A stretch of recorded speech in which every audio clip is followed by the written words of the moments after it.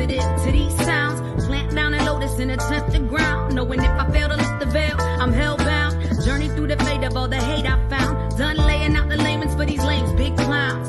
We can still throw down pound for pound if you choose to drag my name through the mud with no bounds. Scars go deep, but the passion can shift. Trying to find a balance between anger and bliss. Searching for my purpose when success is a myth. I thought I knew the gist of the plot, but it came with a twist. Had it all mapped out, but none of the pieces fit. Abandonment issues got me doing the split. Realizing I didn't really need what I wish. Got sick of getting tricked into giving the devil a kiss. Welcome to the side of hell. They got me under respect. Story to tell as soon as I break out of this shell. Welcome to the side of hell.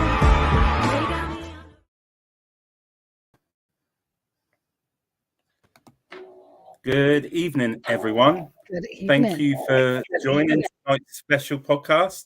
As you can see, we have the lovely Jenny Sullivan co-hosting with me tonight from Shadow Whisperers in the Night. Nearly forgot that. How you doing? I know. After all the time you've done. I do that all the time. I'm good. Bit of a busy day, but I'm good. Thanks for having me. Thank you very much for taking part. Just to let you know, guys, tonight's podcast is not. We haven't got any really things set. It's just more about the festive season and having a bit of a laugh tonight. So we've got two great guests joining us tonight. Firstly, I'll bring on one of the guests that everyone's got to know very well, Mr. Brian Laverty, founder of Parapost Central, Huntophobia, director of Global Ghost Hunt, absolutely top guy. So let's bring him on. Here he is. Hello. All right, Brian, how you doing? Hello, people. I'm doing well. Hello, person. Well. Hello, person. Yeah, I'm doing well. I'm doing great, man. Thank you for having me. Good. Again, thank you very much for joining us tonight. I'm just sharing out your It's always show. nice to have you on. I'm sharing out your show. Yeah, to do that. Do you want to introduce your special guest? I do. His name is Mike, and he's going to kill me if I keep getting the surname wrong. Kadanas? Don't kill me, Mike. Don't kill me. And he's from Midnight Paranormal Society. He's from San Antonio in Texas. He's been involved in the paranormal field many, many, many years. And so I just thought, why not have him on with us tonight and introduce him to you? And hopefully you can correspond in each other's shows and so on. We can have a chat. Well, let's bring him on. And there he is. You're right, Mike. How you doing? Everybody. Hey, Mike. Mike, did I get your surname right? I always get it wrong. Just good enough. Good enough. Okay. I always get it wrong. No, no. He's being Thank you very much for joining. Just a few little shout outs with people that are joining the podcast tonight. We got Daniel Winter. Hey, mate. Sarah, how you doing? Lynn. Raymond, happy birthday, mate. Yeah, happy birthday. Birthday boy. Yeah. And then we got Pamela. Hey, how you doing? Hi, Pamela. Spook Troop Tours. That's Gillian Murphy from Ireland. Oh, is it? Okay. Oh, yes, Gillian. How are you? Daniel. Brilliant. It's Daniel. Well, it's B-R-Y-A. I'm going to kick this off then as none of us, we've all got podcasts apart from Jen. We've never had the opportunity to speak to Mike. So my first question, Mike, to you is tell us a little bit about yourself and MPS, what it stands for and what you've been doing. All right. So MPS stands for Midnight Paranormal Society. Again, we're located in San Antonio, Texas. I founded MPS due to some of my childhood experiences where when I was a child in the late 80s, someone came to our home, a family friend, and during a birthday party, they brought the Ouija board into our apartment. And during this time, my mom was, again, being a good host and cooking in the kitchen while everyone's having a good time. And pretty much when she found out there was a Ouija board, she threw everybody out. Party over, done. From that moment forward, it pretty much turned everything upside down. And so that kind of started my journey into the paranormal, because shortly after that, everywhere we moved, something was either there or we encountered something new. And so, just forever, I kept wondering, why us? Why were we being targeted? Or maybe it was just, I'm not really a big believer in coincidences. So I was like, there has to be more to this. And so once I became an adult, I said, you know what, I want to be able to do for people that I wish was done for us, because it was a time where you couldn't talk about this, or, there was not that many people open to the idea of the paranormal. So I started my team and I said, let me see where this goes. And now I have some really cool team members who they're my family and my second family. And so now, we're here to help other people try to better understand the paranormal field, educate people, and just, create memories along the way. And I love the paranormal. I don't regret any of this. I love it. I really enjoy the people who we get to meet, like right now in the show.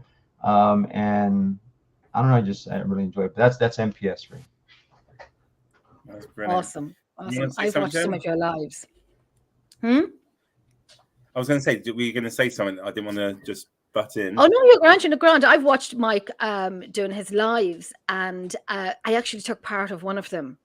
Oh yeah. I did when you kind of left me down in the basement, but it was okay because I was really in my living room, but I was on the phone in the basement watching the lights with a recorder, and I'm calling out from here, and I'm calling out into that basement. And the lights I was telling you something about the lights, and oh Jesus, that gave me a fright. A firework went off outside. Did you hear it? Yeah.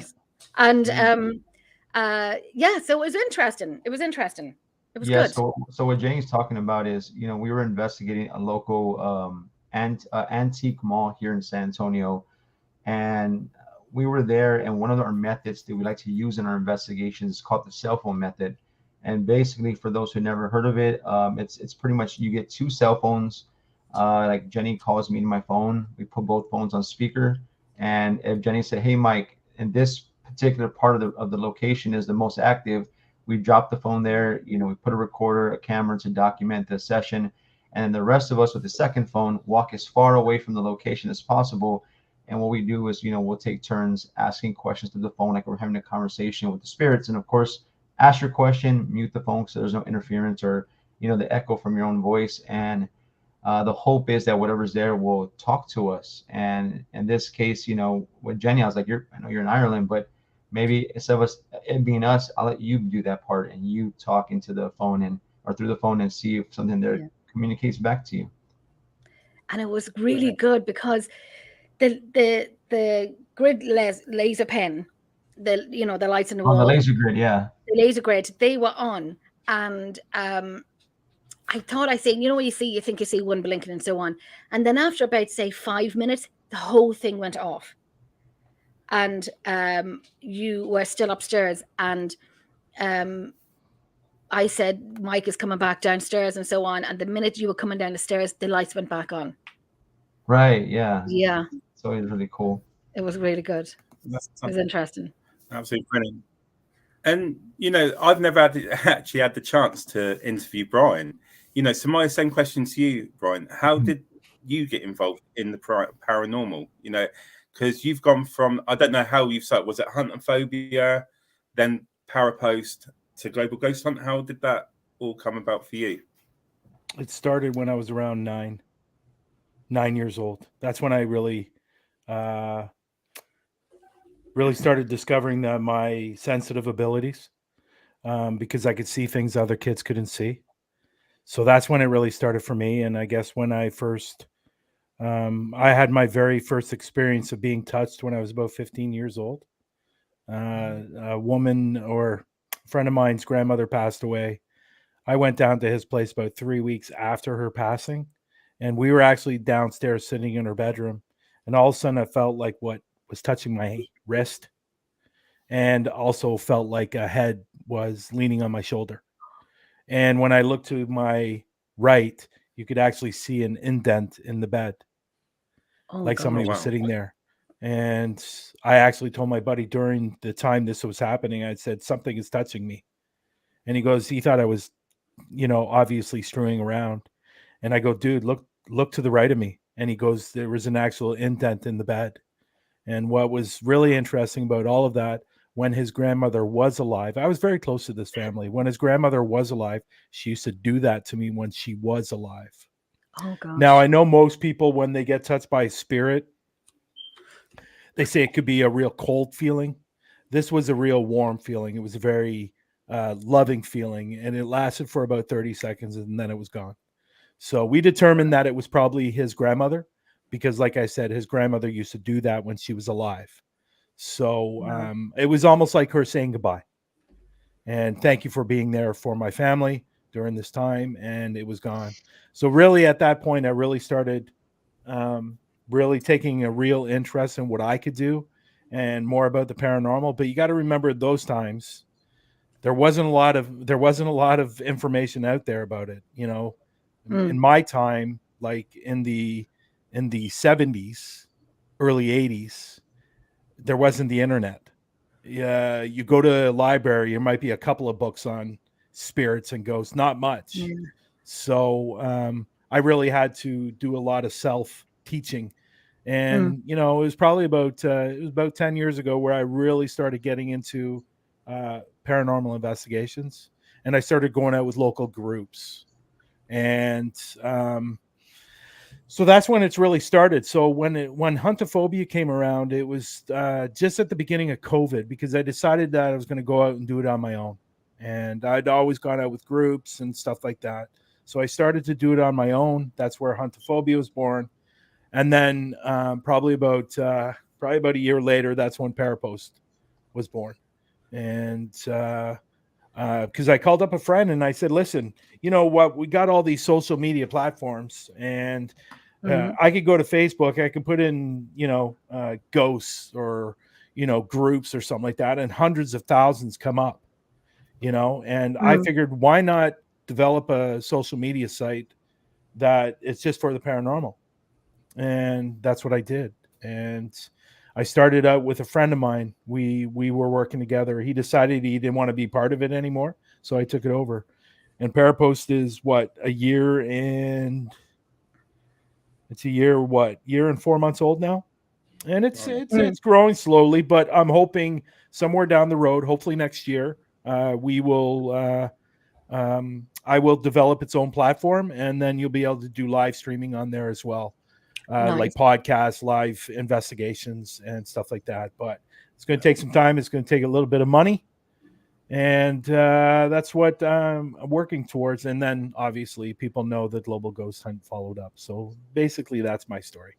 So yeah. And by the way, I don't have anybody in my group. I usually do investigations I don't do them by myself. What I normally do is I bring out people with me. Like I'll bring out a friend, or like when I originally started Huntophobia, I had a friend called my friend or a buddy of mine. His name was Antonio. He started coming out with me. Unfortunately, he moved back to Denver because that's where he was from. So I started going out with people. I started collabing with people and bringing people out. So I don't really have any members to my group. So yeah, so that's basically everything in a nutshell. It was long-winded. I apologize. We're used to you, Brian. I was just about to say the same thing. We know it. You got any questions, Jen, that you want to ask? There's a question. What? Daniel has a question. That's Aiden. Hi, Aiden. Yes, Daniel, I'm coming back next year. I'm looking at around September. Yes. There we go. And then you're coming over to Ireland. I will be coming to Ireland in that trip when I come. Really? Yes, I'll be doing England, and I'll be doing Ireland. I might even do Scotland too. Lovely. Scotland's fabulous. Yeah. Yeah, I love Scotland. I know Daniel misses me. If on location, what was the one? And this is the question I ask everybody. What is the one thing? And Mike, this is for you first. I remember you being on my show and you told us this, and it was crazy. Oh gosh, there's so many things. The most scariest thing that ever happened to you in an investigation that you thought to yourself, this crap is real. Like, we know it's real, but something that really frightened you, that thinking, I think that the top two cases I've ever taken on, one from when I first started MPS, and then one now that I'm more seasoned investigator.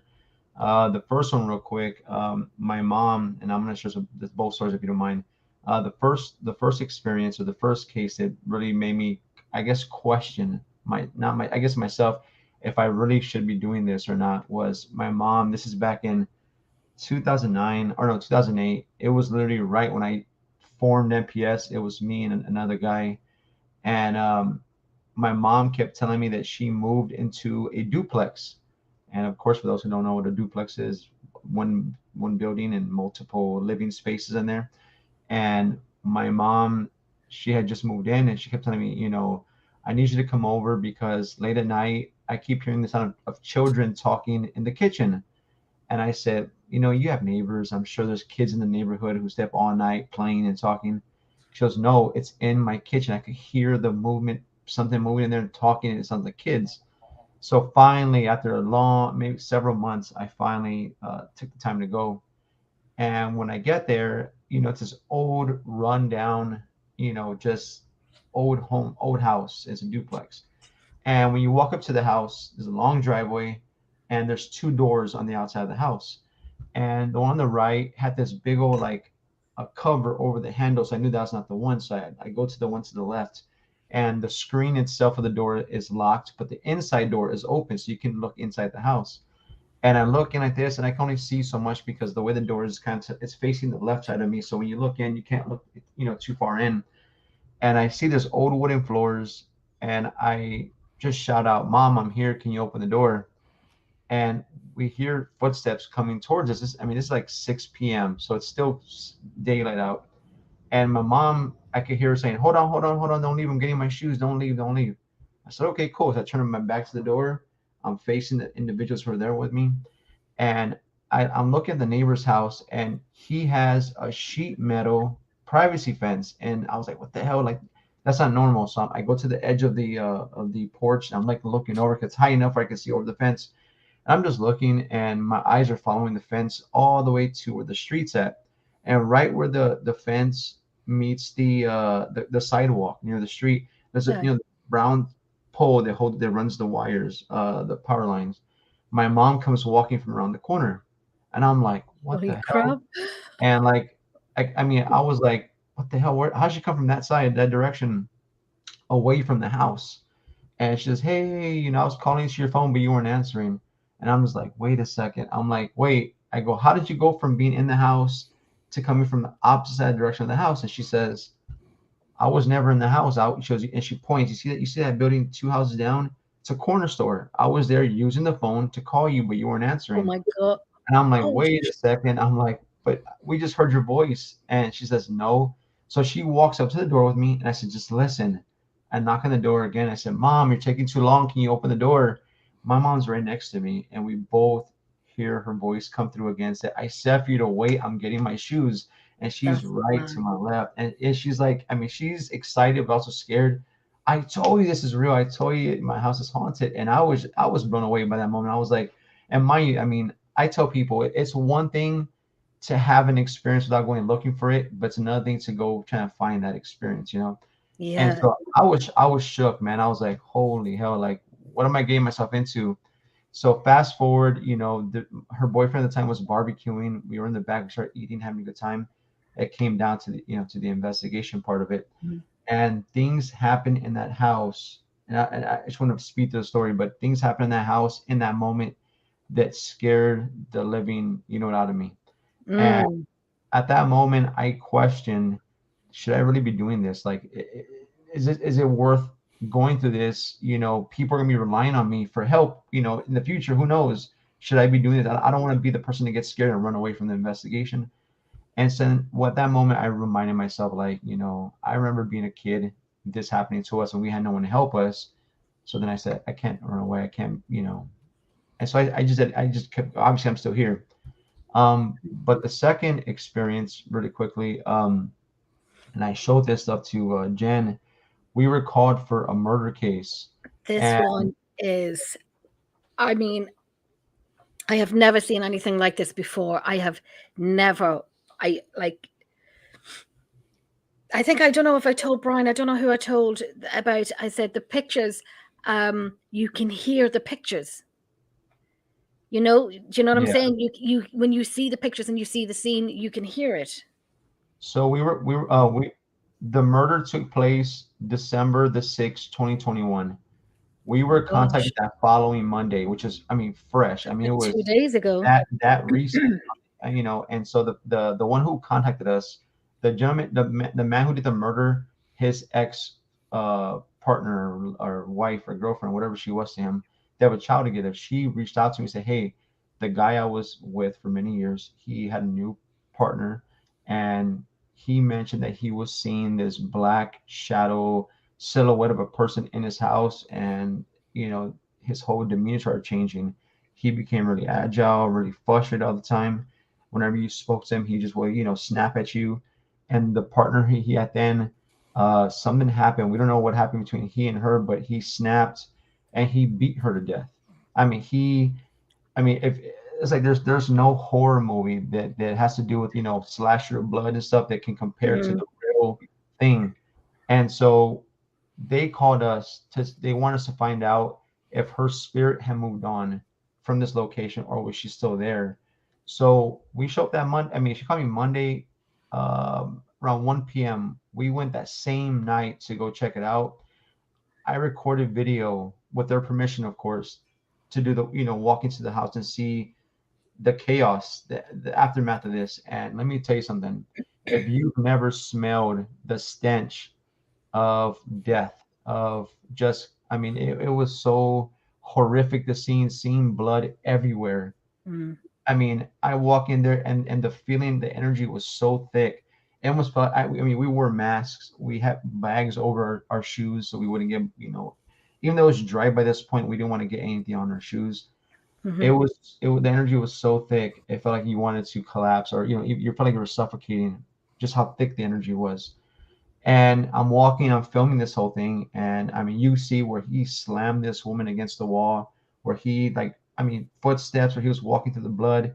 There's knives everywhere. There's like blunt objects. I mean, you see blood everywhere, and I'm just like trying to keep my cool, And then it gets to a point where myself and another lady, we were staying there, and I start saying, to the woman who was murdered, I'm so sorry this happened to you.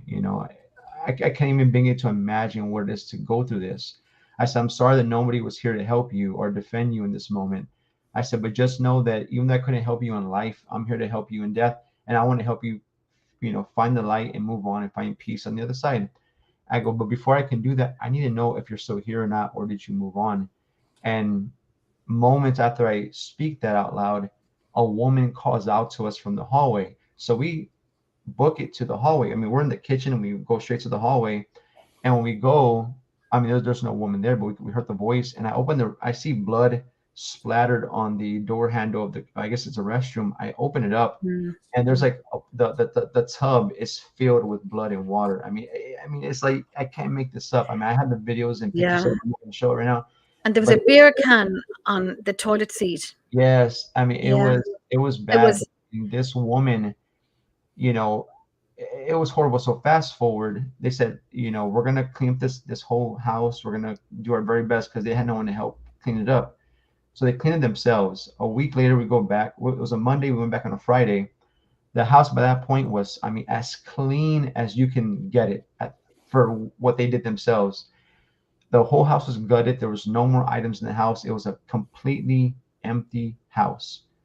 I walk in there, and all of a sudden, the back of my head, it felt like it was like, it hurt so bad. I mean, it felt like if I barely just touched the back of my head, it was like, it hurt so severely. And I didn't say nothing, because I was like, maybe I'm having a headache. I mean, who knows what it could be. I just didn't mention it. And so we're setting up our equipment, and it's just so overwhelming, this pain. I said, guys, let's go outside for a moment, and let's see if anything happens while we're outside. I go sit down on this fold-out chair, and right when I sit down, within seconds, I'm asleep. And I didn't even know I was asleep. I had closed my eyes for a second, just because I was in so much pain, and I fell asleep. And I overheard someone talking, and I opened my eyes, and they're like, dude, you were asleep. I say, I didn't know I was asleep. So then the lady goes, hey, she has the headphones on her phone. She says, look, we have a live video in there. She says, Mike, put these headphones on. I put them on, and you can hear the sound of what sounds like somebody's wrestling or something's banging in there. Like there's a fight going on, but there's nothing. You can hear things dropping on the floor, but the house is completely empty. It's almost like a residual thing, like the energy Mm-hmm. how tragic it was. Yeah. And that was just such a unfortunate thing that occurred. But that case was one of the top cases we've taken on, and I really hope and pray this woman, found peace wherever she's at now. Yeah. It was surreal to see it. It was surreal to see those pictures firsthand. And it was real. It wasn't a magazine or it wasn't the internet. It was real footage, like the bedroom, the bed, the mattress, the floor. If that makes sense, you hear the pictures. You can imagine, you can hear the screaming from the pictures. It's very strange to even see that. I actually left at one point when I looked at them. I have a strong stomach, but I had to leave at one point looking at them. It was wow. Gosh, it was a lot. We've all experienced those. Go ahead. Sorry, Nando. Go ahead.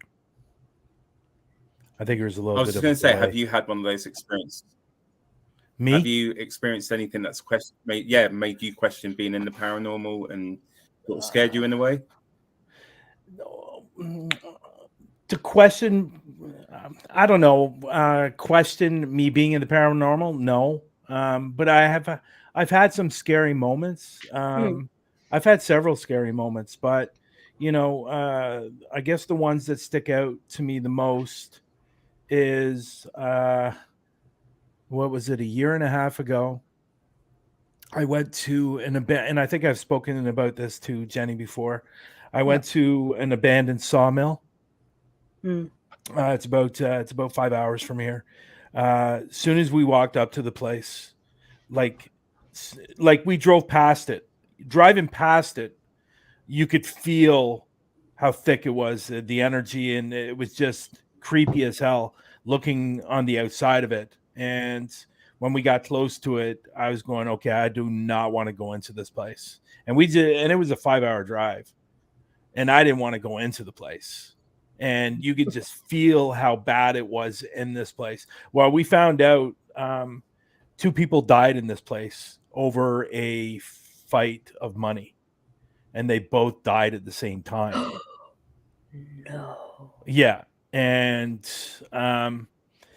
when you walk in this place, like, as paranormal investigators, we like to, check out the place. And there was 4 of us there, so we could have all split up and gone in separate parts, but we didn't. We were like inches away from each other the whole time.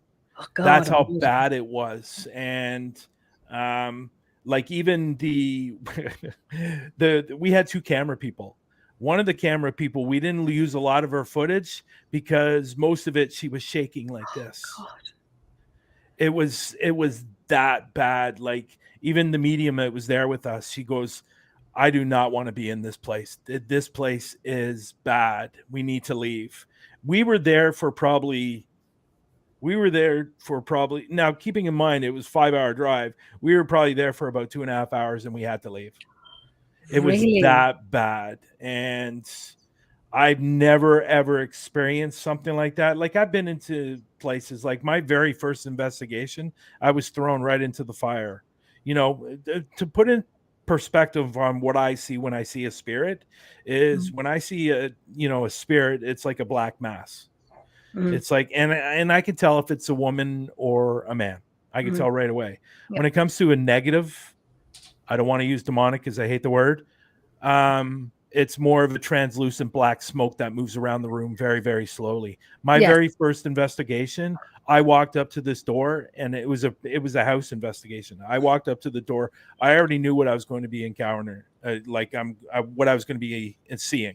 So I walked in, and to the left of me, there it was, floating in the room, like it owned the room. And these people had been experiencing a lot of bad things. So The abandoned sawmill really sticks out in my head, but I did the most stupid thing on an investigation.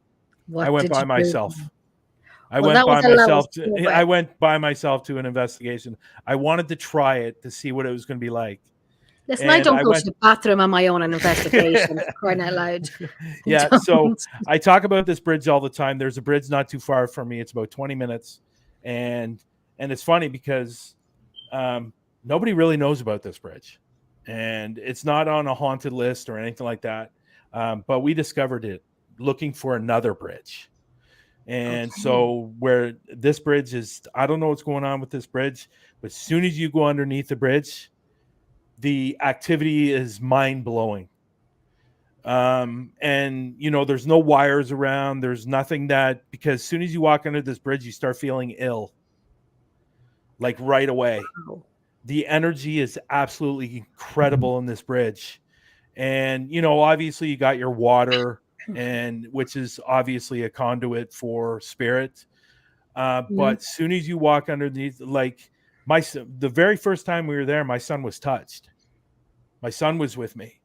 He was touched on the back of the neck, and he jumped like 3 miles in the air. Oh my And gosh.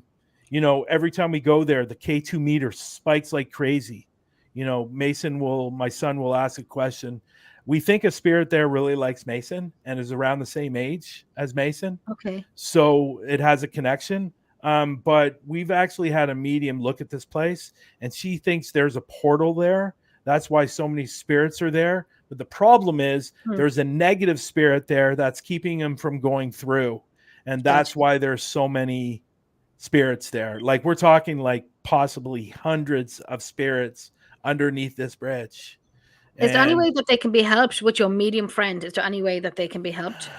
you know, I asked her if she comes. She said no. There's no way in hell she'd go there. And she saw it, and she saw it on the video. She saw it through video. That's Holy crap, really? Yeah. So if you guys ever come to Canada, I'm definitely taking you to this place. I'd love because to. you guys are going to absolutely flip. So my point to that is I did it by myself. I was alone. So at one point during the investigation, I could hear footsteps on like where I was. Okay, so the bridge is obviously up here, and the water is behind me, and there's a wall here that's holding up part of the bridge. Okay, so I had my camera facing towards me. I heard footsteps here on this side, and I heard footsteps on this side. It almost felt like it was surrounding me. You've seen that video. I did. Jenny. I was going to say, did you send me, because I remember of a bridge and there was writing on it. And so I was it actually felt like I was being surrounded because I could hear footsteps coming. Like I said, footsteps coming from this way, footsteps coming from this way. And I kept on walking back and forth from the camera because I kept on hearing footsteps. And I thought it might be somebody coming down the hill to come under the bridge and where I was, but there was nothing there. And it scared the bejeebies out of me. I left probably about 15, 20 minutes later. I said, I can't take this anymore. I need to leave. That's a lot. Because it felt like it was surrounding me. And it was crazy. It was absolutely crazy. But I'm telling you, every time I go to this bridge, we either get EVPs on the voice recorder, the microphone. The SB7 is incredible. We've heard anything on the audio?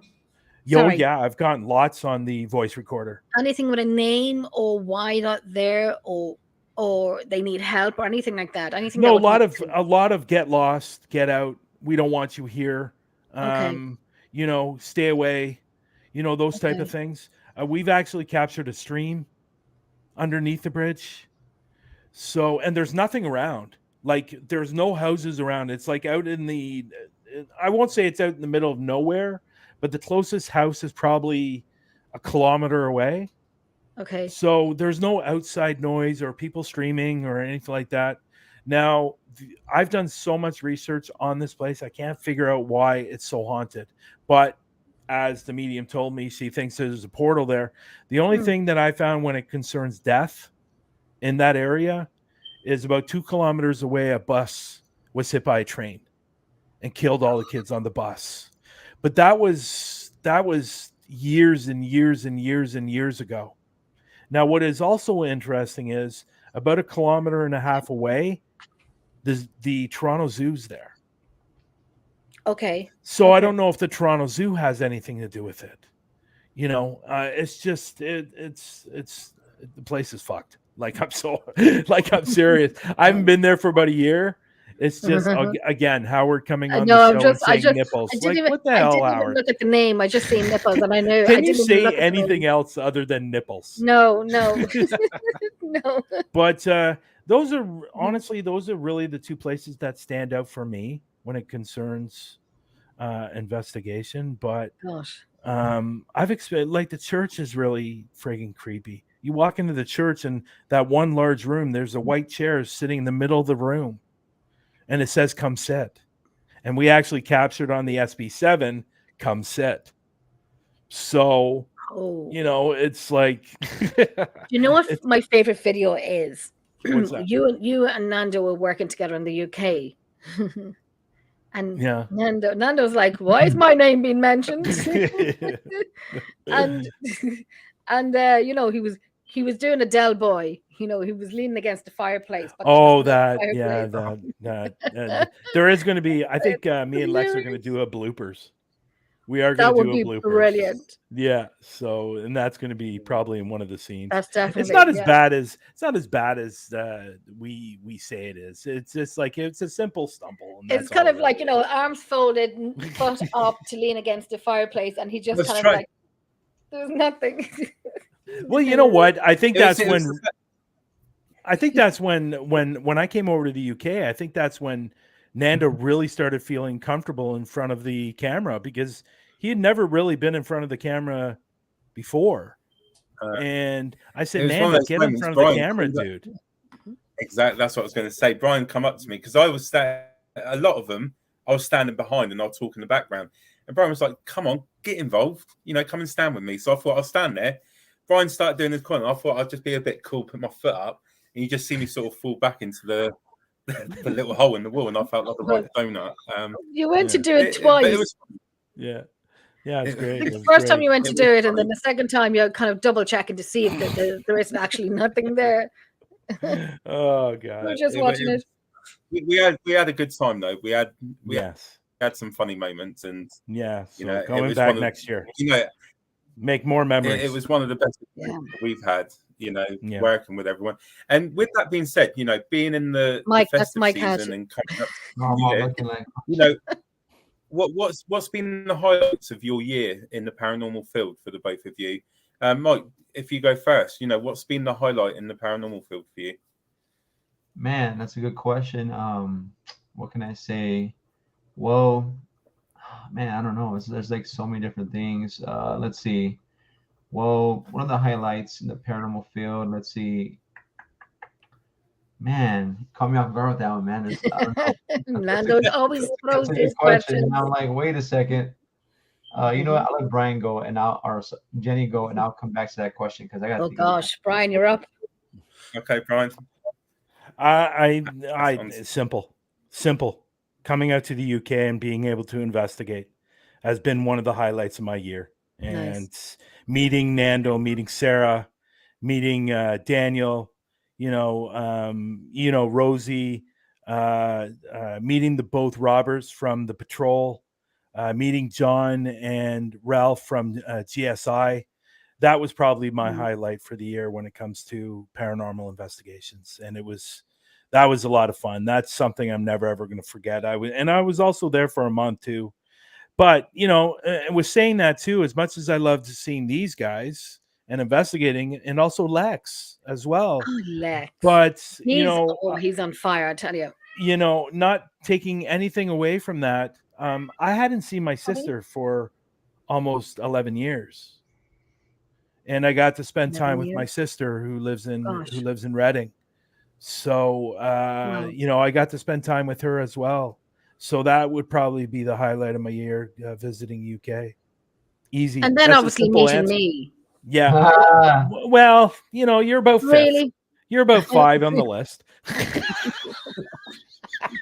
least I'm on the top 5. I'll take it. I'm on the top 5. Yeah. No, but no, that was definitely the highlight of my year, being able to. And then I guess the second one would probably be, if I could say a second one, going out to Tennessee and meeting Raymond and Patty and Adam Burton and his wife, and doing Bobby Mackey's in Octagon Hall, investigating those two places. That's probably another highlight of my year. It's been a good year, and it's going to be a better 2023 for sure. Awesome. Yep. You're up, Mike. Yeah, Mike was thinking. I'm new to all this. Yeah. Go ahead. I just want to say, I'm new to all the paranormal stuff. I only got into it because Dan from PTTP RN gave me an opportunity to be part of a team. And you really get, it's not just about the paranormal. And this is something that I think everyone should know. Everyone from different backgrounds. It's just amazing how well people just click. It's been, for me, that's got to be one of the highlights for me, is from the minute we first met you, Brian and Lex. We didn't know nothing really about them. We just knew, okay, he's coming down, and it just all fit in really well. And then getting to know you, Jen, as well. It was just like everyone really does. We gelled. Yeah, we gelled. We met on one of Brian's video calls. Yeah, what I liked was when I met Nando and Sarah and those guys. It wasn't like handshakes; it was hugs. Yeah, and it was just a really, really. It was a really, really cool thing. You gravitate towards it, and it's like when you walk into a room and you kind of want to leave it or stay in it. And I read something the other day, when you walk into the room and there's something like, the room feels crap, whatever. It doesn't say it like that, but this is what I'm interpreting it from. That, change that negativity in the room. Be the one to change the negativity in the room. Yeah. But when you kind of get a good feeling, get a good vibe. Yeah. And that's what I love. Get a good feeling. Yeah. A good vibe. When we met at the very first spot, I can't recall its name now. The very first spot pardon me? The Murley House. Yeah, when we met when we first met, it was like, I got out of the car and after being yelled at from Lex the whole way there, for my driving skills in the UK. So, but when we got out, it was like we met Robert, because both Roberts from the patrol were there, and I met like these guys. It was almost like we've been friends for years and years and years, and and it was just and what a great place to do our first investigation was the Murley House. And that was a great place. And then we ended it with an amazing place. We ended it with Fort Whitley, which was an amazing place as well. And you're right, Jenny. Like, just meeting all these people and like feels like you know them for years. Like, I got a strange feeling once me and you meet, it's going to be like. You're probably going to have a fucking blast. You're probably going to kick me up the arse and say, "This is for being a moody cow." There, let's go get a pint of Guinness. Yeah, I give you some. I give you. I listen. I will draw patience from people. I draw patience from people. It's a talent. I have patience. That's a great thing. I'm very, very patient person. No, but to add to the whole, go ahead. I was going to say, have you had a chance to think about an answer? Yeah, no. Yeah, I'm not going to hide. No, I think the highlight, honestly, has been just being on my team. One thing that I tell people is, you meet some teams who, they only see each other during investigations, or events. But one thing about my team is we're always together. We're always seeing each other. We're family, But bringing back our monthly meetups that we used to have before COVID, after COVID hit, it kind of it made us stop and have more time for other things besides just the paranormal. Because if you guys would have met us before COVID, I mean, we were slammed with so many cases, events, speaking gigs. I mean, we were like on fire. Then COVID came. and it's like you hit the brakes and you got to make time for every other things besides just that. But our monthly meetups, we really enjoyed those because, like you said, it's not just about the paranormal. It's about I've always been the kind of person about the experience. What kind of experience can we provide to people that they can take with them? And so having the monthly meetups gives our viewers, which I call my viewers, the midnight watchers. We're all about making an intimate experience where you're not just another viewer, you're not just another number who's watching. You're a midnight watcher, you're part of our community or family. And so it gives them the opportunity to come and meet us, pick our brains, get to know us, see the tools that we use in the field, and share their own experiences, right? And then also better understand why we got to the paranormal field. And also too, our show, there was a time where, we've had, every possible para-celebrity, everyday paranormal investigators we've had on the show, and then it kind of stopped because, just life gets in the way. And then now, we brought it back again, and, again, we're back on fire, bringing guests back on. So, I've been very grateful for the opportunities that have come, and even the setbacks, because sometimes you see a setback as why is it happening to me, but everything happens for a reason, so absolutely, I totally agree with that. I remember you, Mike, saying to me before, why don't I do a monthly meetup? And I'll say, oh, they'll party for one. No one's gonna want to meet up with me. They're trying to avoid me half the time. But so no, that didn't take off. No, me, myself, and I. Let me ask you guys this. Have you guys ever been spotted in person by people who follow you? I did one time on a phone call. I had to ring up Sky, my TV and internet provider. And I was saying, listen, this is like a year or 2 years ago, last year. And I said, listen, my Wi-Fi is crap. You got to sort it out. I do podcasts and whatever. And they say, oh, what do you do? And I said, well, how long have you got? I do paranormal and so on and so on. I said, I run Emerald Isle Paranormal Research. And she goes, oh my God, is that you? I'm on your page. Well, yes, it is me. And I'm like, oh my God. And I was like, she knew me. I was like, and I kept that forever. Oh, someone else. Oh my gosh. I had a fabulous woman with me in Redwood Castle. And lovely woman. And I definitely want to bring her again on investigations with us. But we were sitting there talking, and she was lovely. And she was saying, it's like sitting, like, I watch you, and it's like sitting with a celebrity. I'm like, what? Do you want an autograph? Do you want to get a tattooed on you? But I'm joking. But she was lovely. And so it's like, it's just me, Jenny. Everybody knows me here in town. So it's kind of like, her again, you're one going down the street. But just two people, 16 years and two people. That's it. Sorry, continue. I do here for two reasons. Yes, for Hauntophobic, but also because I'm an actor here in Toronto. So, and I've done a lot over the last several years when it comes to TV shows. So it's kind of both. But I have for sure for Hauntophobic, but more for the acting stuff. Oh, wow. So, yeah. I think for me, Captain I went a couple of weeks ago, and I went and the lady at the counter recognized me from the podcast that we do. And awesome. I think we're walking through a supermarket as well. And the lady come up and started talking to Sarah and recognized her from it. But do you know what I find amazing?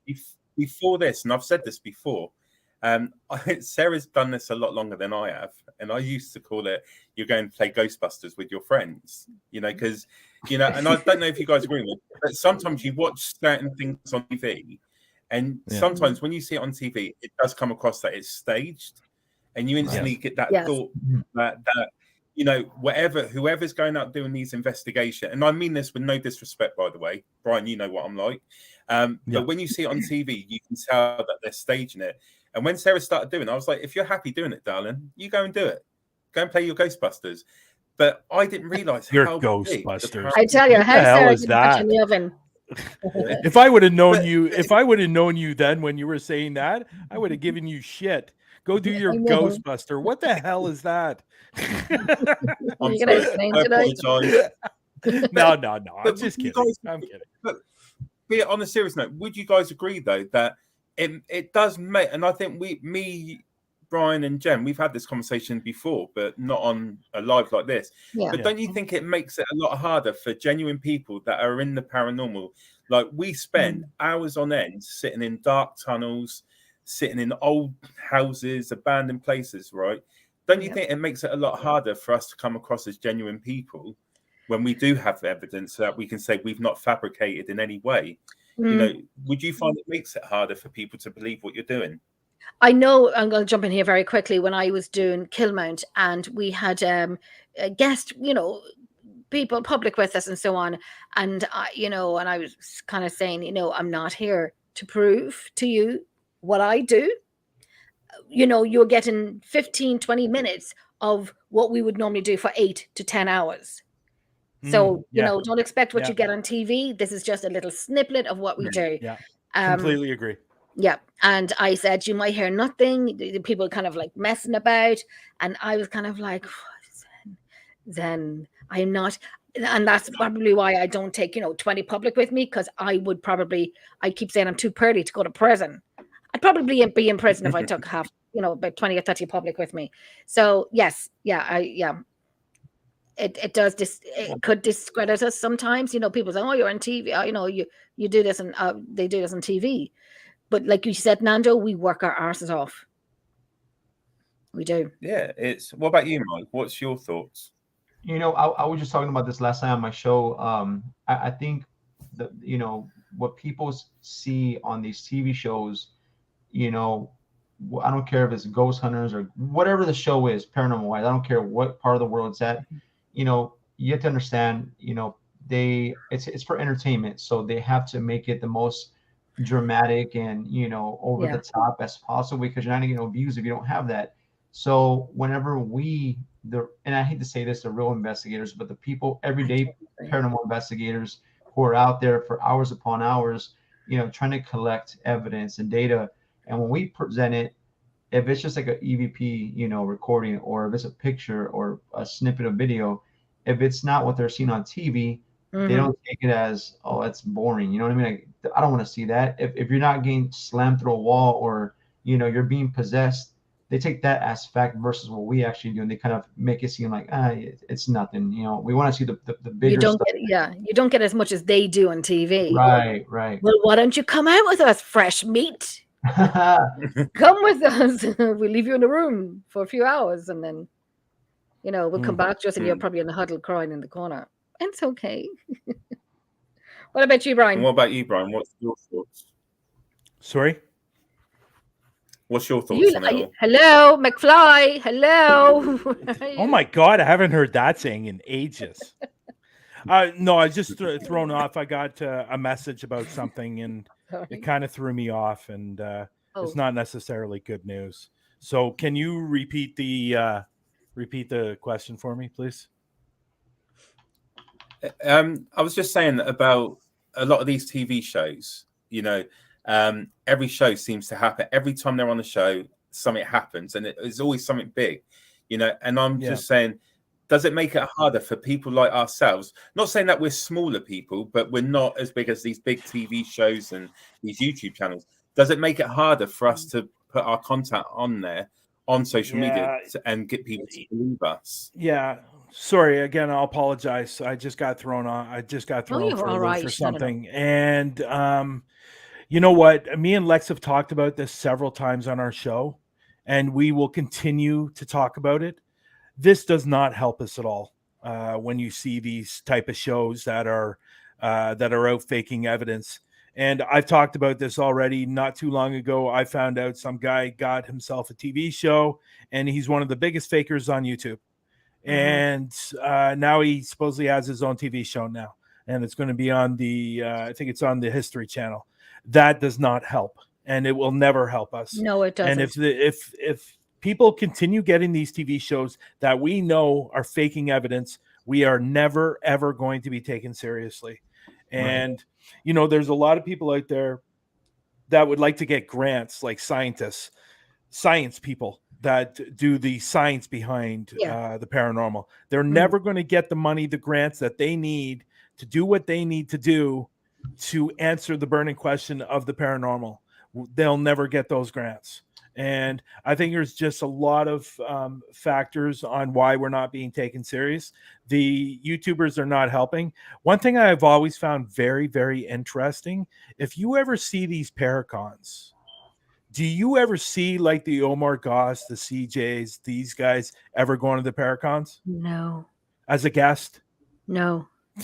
No. There's a reason for that. There is a reason for that. And it's really really shitty, because I know all four of us take the paranormal very, very serious. We have a passion for it. We want to continue it to grow into something bigger and better, so we can, have this wonderful community, which, by the way, people, so we can stop fighting, stop with the fucking egos and all that stuff. And my K2 is bigger than your K2. Yeah, exactly. Well, why don't you put your K2 up? Yep. I have more lights on my K2 than yours. No, it doesn't help our field. But on the flip side of that, unfortunately, it's not going to stop. There's nothing we can do about it. No. So if we continue doing our thing, striving for what we're looking for, eventually these people go away. Like the bully in preschool or public school or whatever. Them and you always have that bully. Yeah. You ignore them, they eventually go away. Yeah, they'll weed themselves out. You ever see them having like this hula baloo? I can't even. I'll kind of tell you off air, but I kind of nipped someone in the arse last night by trying to get fresh. And I'm like, today's not the day, and I am not the one. Ring, ring, let's not do this. You want to be an arse and kind of trigger me? Well, here's a phone call. And then that was nipped in the bud. Don't do it. Yeah. I am not the one to do it too.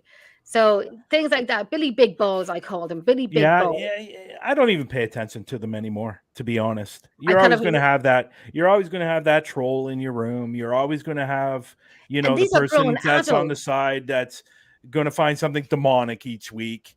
You're always going to have those people. And at the end of the day, adults, and they're acting like that. At the end of the day, I just ignore them now, because there's no reason to, talk about them. So you're only giving them more. This one was just like you said something, I saw it, you've been sarcastic, and sarcastic is my red red flag to a bull. Being sarcastic. Funny sarcastic is great. Being sarcastic, I just make a call, and whatever your planning is, kaput. Don't play. So what is sarcastic and a little more sarcastic? Because that's how I would classify you, Jenny. Say that again. I did. Say that again. I love you. What? You know I love you. I'm all good. It's all good. But it's a great question, though. It's really a good question, to be honest. Just following on from that question, right? Yeah. And this is for all three of you, to get your opinion. So I'm a brand new investigator, for example, never done this before.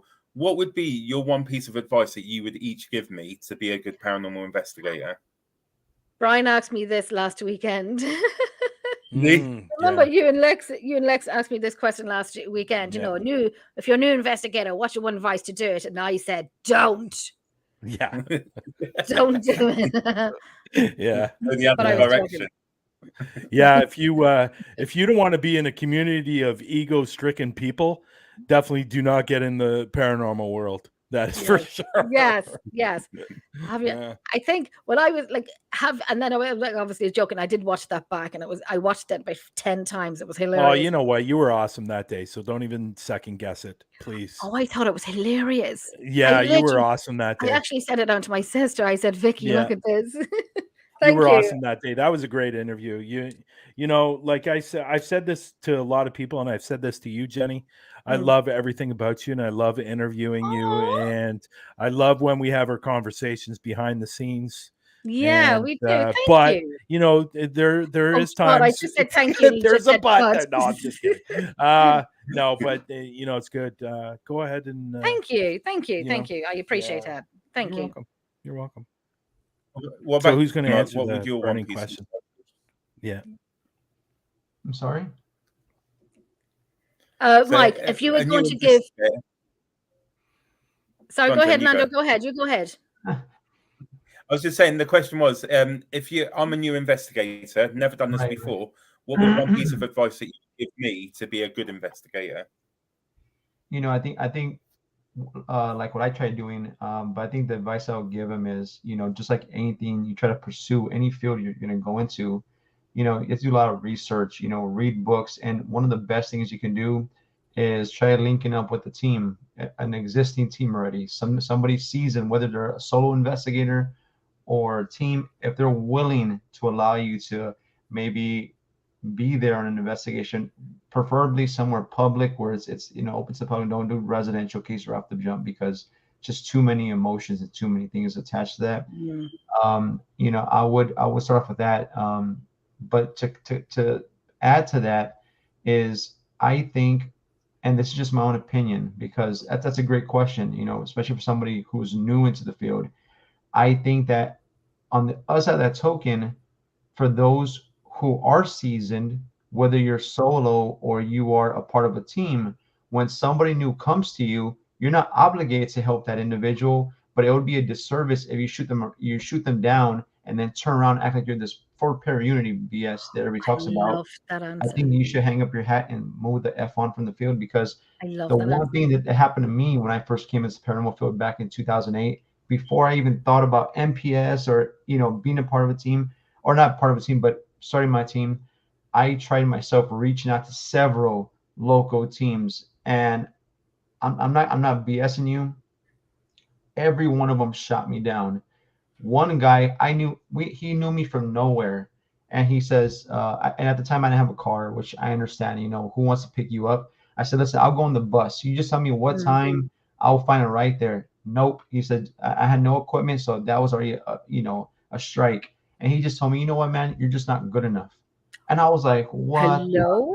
Like, I'm like, but you don't know me. He's like, I don't care. He's like, you already have everything against you. He's like, just give up and move on. And I was just so blown away. So just like anything you do in life and anything you pursue, like you said, you're thrown into the fire. You have to, if no one's going to help you, you figure out you're on your own.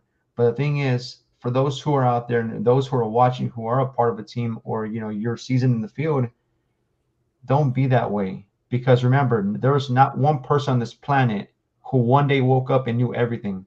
And not that we do know everything, but if even if you don't want to work with the person on a one-on-one basis, say, listen, here's a book I recommend you read, or here's an article, or go to this library, or just something to help guide them. Because I can only imagine, if it happened to me, how many people say, you know what, I want to do this, they got shot down and just turned away from the field. That's horrible, man. You know what I mean? So I would say, if you're new, find a team, do some research, and if you are seasoned, don't be a jackass.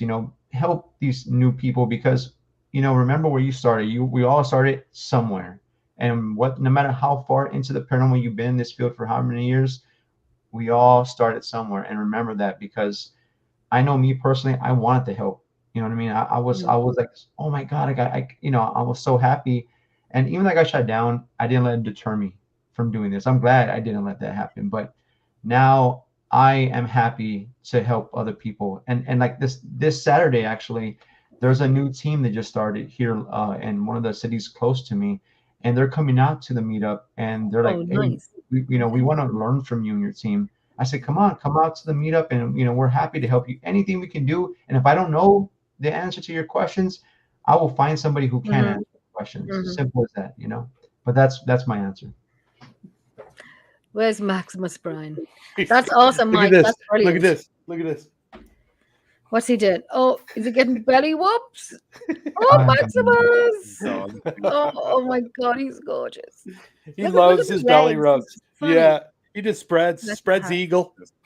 Oh Jesus, Brian! Spreads eagle and just wants his belly rubbed. But no, I second what Mike said. There was a guy that wanted to be part, who ended up becoming a friend. He knew nothing about the industry, and I brought him on. And And yes, Mike, I understand. Like I reached out to people too, and I was turned down because I wasn't experienced enough. Well, my old thing about that is, well, I said to one person, I said, this is when I first started getting into it and started reaching out to teams. The only reason why I was able to connect with the team like 10 years ago is because I knew somebody of the team that got me in. But Right. I reached out to other teams and they said no. They said no because I had no experience. And I said, what? What are you talking about? You're outgoing paranormal investigation. Are you guys like professionals? Are Yeah. you like perfect at your job or whatever? And I think because sometimes nobody's perfect. Nobody's perfect. And I said to Yeah. one guy, I said, well, let me ask you this. How did you start off? How did you start off? And he told me, he goes, so isn't that what I'm doing? Are you going to be that arrogant to But you say know that what I they're don't doing have now? experience when you didn't have experience? They're Right. following you, So but they're following you on TikTok now. what's that? They're following you on TikTok now. Yeah, you know That's what? At the end of the still day, I think, and with saying everything what Mike said, I second, but also have fun. Yeah. Have fun. Yeah. Have fun, totally. and just remember, just because you pick up a camera doesn't mean you're going to be the next Jason Hawes, the next Zach Baggins, you know, whoever it is. You're Well, that's not, it. and you know, like for Shut prime example, like I'm an actor here in I'll come here Toronto, tomorrow. Cannot and wait. it's tough. It's tough being an actor here in Toronto, going on auditions and stuff like that. And it's just Aye. not going to happen. It's very, very tough. You have to be in the right place at the right time in order to get something like that. And by the way, you have to have millions and millions of followers also to get that. I am So, scared. I'm you scared. I'm know, just saying hi to so Chantel. Chantel, no, yeah. Miss Chantel. Chantel is from South Africa and she's in the UK visiting Oh, friends. oh yeah. Remember when is she coming this weekend? Tomorrow morning, Tomorrow. She's gonna give you a big hug. totally. And then Yeah. we're gonna open the wine. And Chantel, I got But us a few little things to yeah, do tomorrow evening. research is Chantel. important. Research is important too. Know what you're doing, know where you're going. Yep. And something I always say, um that my advice to people, where do you want to go with it? What is it you want to do? Like, what are you trying to achieve? I always Mm. put investigators in three categories. You have the hunters, you Yep. have the ones that are looking for the answers, and then you have the science. Which one are you? 2 and And 3. know what you want to do and what you want to achieve, and you will achieve it. You will. Well, Just that's like it. anything in life. That's it, Brian. Because I was saying before that and I've said this before on my shows and many shows, that when I had done Lep Castle and I got my friend coming through, and she was the only one who knew the answer. And Yeah. I said, what more do I want? What more Yeah, can I exactly. get from this? What am I going to do with what I have already? You know, I was at a dead end. I didn't know what else to get. I've seen it, I've heard it, I've felt it. You know, what more do I want? Yeah. And it's hard because like I'm on my own as well now, so I need a replica of me. I know I have a twin, but she doesn't like the paranormal. But I I need another one of me who Yeah. we can kind of work together. But it's hard to do it on your own. It's hard, but it's not hard because you don't have to drag. But I'm going to say dead wood when they're just thrill seekers and not researchers. And thrill seekers are great, and I shouldn't really say that. I'm probably going to get a lot of hate for it. But thrill seekers is like they do a 6 months to a year, 2 years with you, and they're like bored of it, and then they don't want to get what you want to get, if that makes sense. Yeah, I'm gonna add to that, Jenny. What Aye. you just said is one thing that I because when for those who are looking to be a part of a team, or you're trying to create your own team, one thing that you're going to experience, and there's nothing wrong with it, I call it the weeding process. Like when you remove weeds. Yes. The reason why I say that is because, like you just mentioned, no one is going to be hungry as you are when it comes to creating your own. Yeah. We can only walk our own path, but you have a vision, you have a goal, and who's going to be more hungry than you? And so when it comes to finding a team member who's equally hungry, Yeah. or they come along and they're like, I want the title of being a paranormal investigator. I want to have that little title here. It says I'm a ghost hunter, I'm a paranormal investigator. But when it comes to planting the seeds and putting the work in, they do not. Oh, Jesus. They want you to bust your ass, and I'm going to sit here and watch you. And then when we start, the return comes back to you, then they're like, okay, I'm for that part. I'm here to gain from that, but I don't want to put the work as much as you are. And so to me, you go through that weeding process because you're like, for me personally, in my team, I've had moments where I have members come short time, long term, and then they leave, or they'll come to you, they'll learn from you, they will take away something from me, and then they bounce and go make their own thing, which is That's fine. what happened. That's happened to me twice. And I see you people. I see you. I see you people. And oh, there'll be a little surprise for you all next year. Let me just say, you should have stayed. You should have stayed. But I think after 16 years of doing this, like 7 or 8, 9 years, something like 7, 8 years with one team, and then my own, and then I think I've finally I'm okay working on my own. I need a break. No, actually, I have a lovely girl, Joy, who's trying out for the team. But when I have to do all the work, I'm okay. But watch this space. That's all I'm saying. Watch this space. Anyhow, next question. The other question I was going to say is taking away all the TV shows and everything, where do you guys see the paranormal going? Like, what would you want to see for the future in the paranormal field? Wow. That's a loaded question. It is. Wow. It's a loaded question. Honestly, really he's throwing out some curveballs today. Yeah, for sure. Honestly, I think if we continue doing what we're doing, I don't even know how to answer that question, to be honest.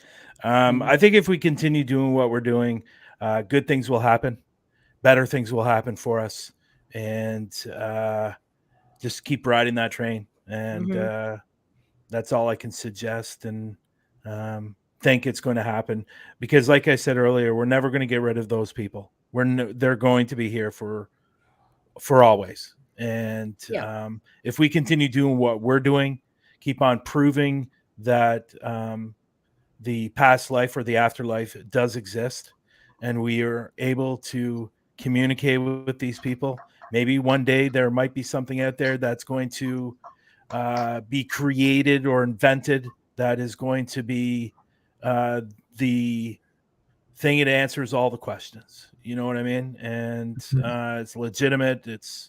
But I think if we keep doing what we're doing, good things are going to happen.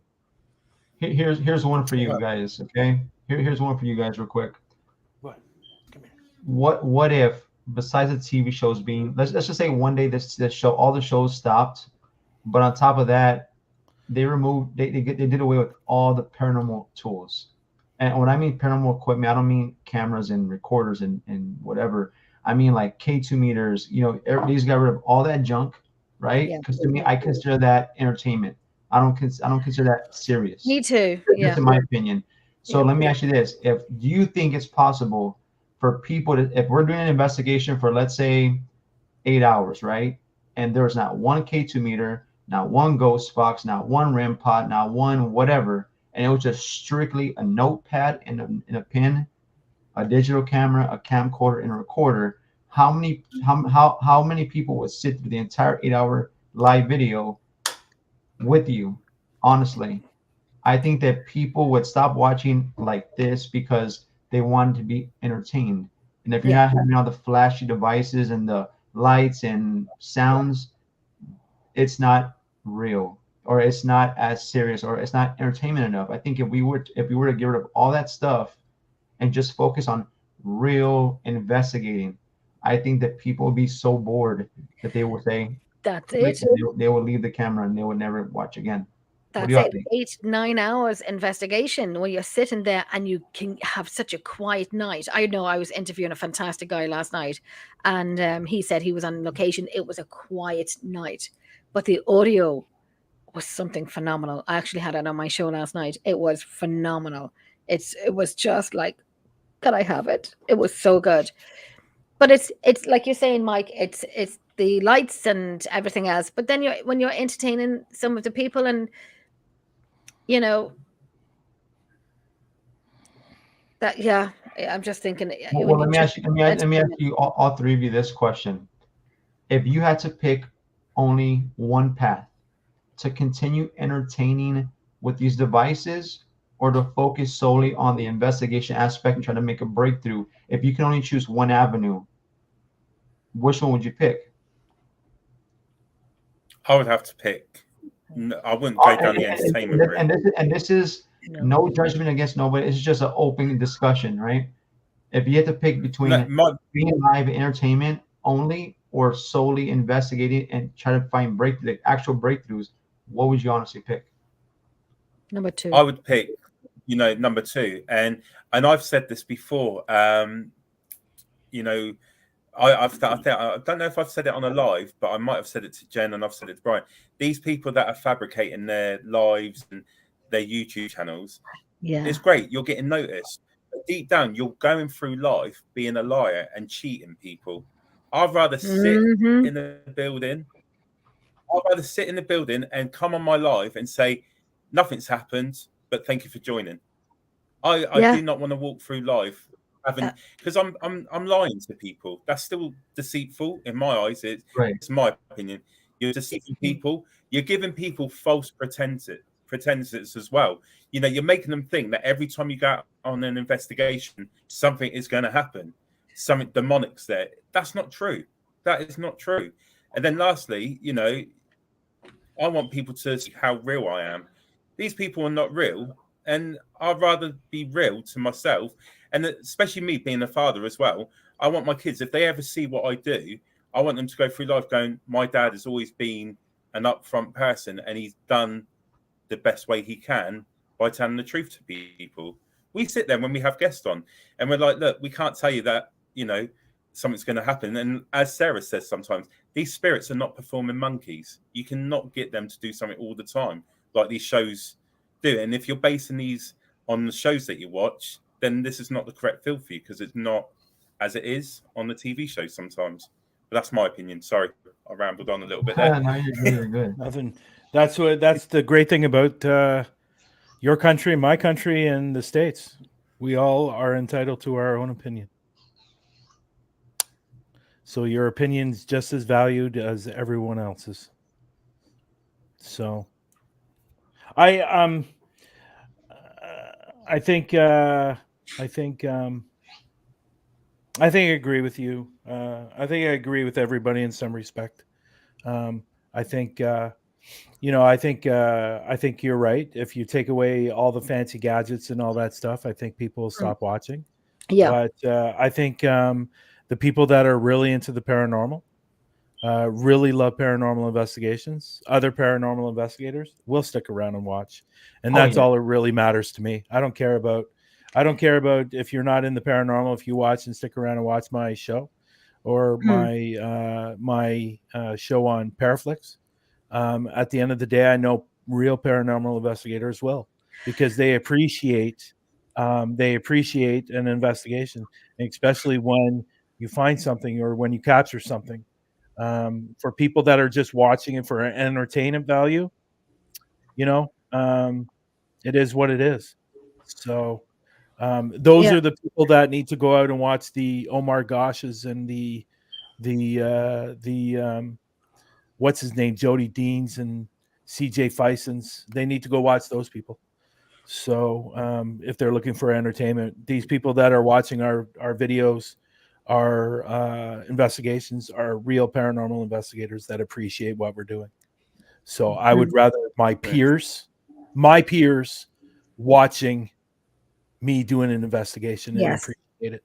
So and I think if you're just saying, if you do something like that, you took all the devices away and you just had your pen and paper, your recorder, your camera, I think and I'm going to say it, yes I am, that the can I say real investigators understands what you're doing. and will not, and the entertainer people are just kind of want an entertainment, and there's nothing wrong with that. But I'm going to say the real investigators, I shouldn't do that, but the real investigators are understanding exactly what you're doing. Yeah, it's a bit like what Lauren said. She's part of Portal to the Paranormal as well. She is the boss, really. So Dan's partner. But she's saying our electrical equipment only assists investigation. The foundation of every investigation is traditional methods. Sometimes we don't get anything in any way, and we always be true to ourselves. It's nice to document with cameras and voice recorders, though. So yes, I agree. Comment, Lauren. Here's another thing I wanted to share. Sorry, I didn't mean to interrupt you. No, that's fine. You carry on. It's horrible. It's horrible when there's a delay. Because right. Yeah, you lose yourself. You're like, who's going next? No, I was gonna say one of the biggest things that irks me, man. Oh my God, I feel like if you can reach into the camera and slap that person, like. So let me share a situation that happened one time. Obviously, you know that there's like so many different paranormal platforms and groups and whatever. And I was scrolling through Facebook, and I come across a post where there's a woman who's in a place called Laredo, Texas. Laredo, Texas, maybe like about 2 hours from San Antonio. And this woman had posted in a paranormal group, and she shared a video, right? And in this video, and again, whenever when people post, they say, "Here's a piece of evidence I collected." I try to be, as respectful as possible when reviewing that piece of evidence. I'll look at it, and then I'm done, right? I keep my opinion to myself unless it's been asked for. But in this case, I was irked, man. Like I felt like my blood boiling. So what ended up happening was this woman recorded a video from her security camera in her kitchen, and in her kitchen, her cell phone was lying flat on the counter. The screen's face up. For those who don't know, in the newer camera or cell phone, there's these IR illuminators or something, or not illuminators, but IR sensors that they're in the phone, and so a lot of times when you have your phone like this, your phone will react when you look at it because it's scanning to see if you're looking at it or what are you doing at that moment. And so her notifications were going off on her phone. And so every time a text message would come on, the light would flicker. But the thing is, she could only see it on camera, hence the IR part of it, right? Of the phone, of the notification. And so it was flickering, going off when she was getting notifications. And people who were in the comments, somebody was like, "I'm this psychic medium." Another one was like, I'm a empath. I'm this, and I'm detecting a demon in your house, or I'm detecting this old man who died of or whatever, and you need to get this to happen. And I'm just like, and I'm looking at this, and I'm like, why are people just right off the jumping to paranormal? Why is there not one person who can sit here and say, did you first eliminate this step? Did you first check if it was this before jumping to demons and ghosts and all this BS, right? And so I say, you know what? This is the one exception that I'm gonna take it a point, and I'm gonna do my very best to attempt to recreate this happening. So what did I do? I got my cell phone and I took my camcorder out. I turned the lights off in my room. I had my phone there, and I had someone send me a text message. And what happened? I had the camcorder facing my cell phone with the IR light on, the night vision. When my notification came through, it started blinking like this. When I look at with my own eyes, you can't see that light, but with the night vision, you can see it blinking. So I recorded this video, and I went step by step showing her how this happened. I recreate the same thing, and I sent it to her. She goes and she posts that same video and says, this person took the time to take the steps to recreate the same thing that happened with my phone, but with their own camera. And what did any of those people say anything about demon or ghost or anything anymore? Zero. Not one person spoke up. And that pissed me off, because I'm like, these people are so confident that I'm this psychic medium and I'm this and that, saying it's a demon or a devil or whatever. and all it was a notification coming through a phone. That pissed me off so bad, but I'm glad I stopped and I did that, because not that I had to do it, but it's like it sheds light to how many people out there are full of, you know what, and I hate to say it, but it's like that just irks me, man. I don't know how y'all feel about that, but that just really gets under my skin. That's what I was going to ask as well, about using mobile phones on investigations. I was very anti-mobile phone, and I am, and there's apps on it and so on, and you know, it's like, for me, if I say I've got, say, half an hour break, I'll use it for entertainment and I'll leave it turned on when we're having a conversation. I won't use it for validation. I won't use it unless it gives me something of a location. And well, I mean, if it says my name, I know they're all programmed with words and whatnot, but if it gives me a name of the location, or it gives me something, actually, there was one time when I was in a location, we were using the Echo Box, and we were in a location down the the south of Ireland, Enniscorthy, and the the Echo Box, and so Shawnee was saying, "What's Jenny's surname?" And it's Sunyasi, and it's obviously not Irish, so it's Sunyasi, and Shawnee can keep hearing my surname being said, and I'm like, I can't hear it, I can't. So when I was doing audio, you hear it in 3 syllables. Sun. It sounded kind of robotic a little bit. Sun, yeah, see. It was like singing it. So I said, right, when we went back down again, and I said, do you remember my surname? Blah, blah, blah. And it comes in as, you'd hear it clearly, Jenny. And you hear me going, and then I said the F-bomb, as I always do. And so, yeah, I'm kind of contradicting myself a little bit. Okay. The phone. It's okay. I admit it. Yeah, it's okay.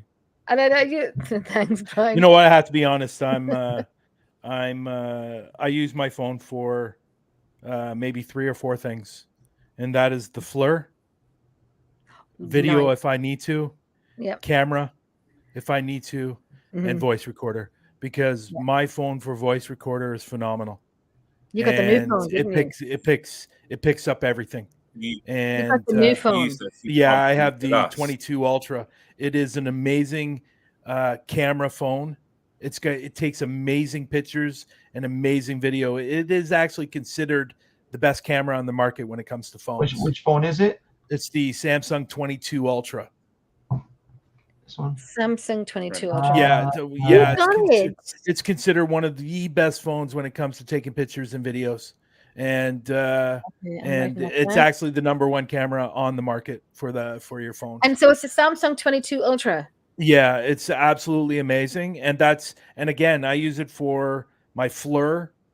That is the attachment, and camera, video, and sometimes I use it for the voice recorder because it picks up everything. It's amazing. Brilliant. And when the great thing is, if you do capture something, you'll see that little thing jump in your voice recorder, and then you can go to that because you can mark it.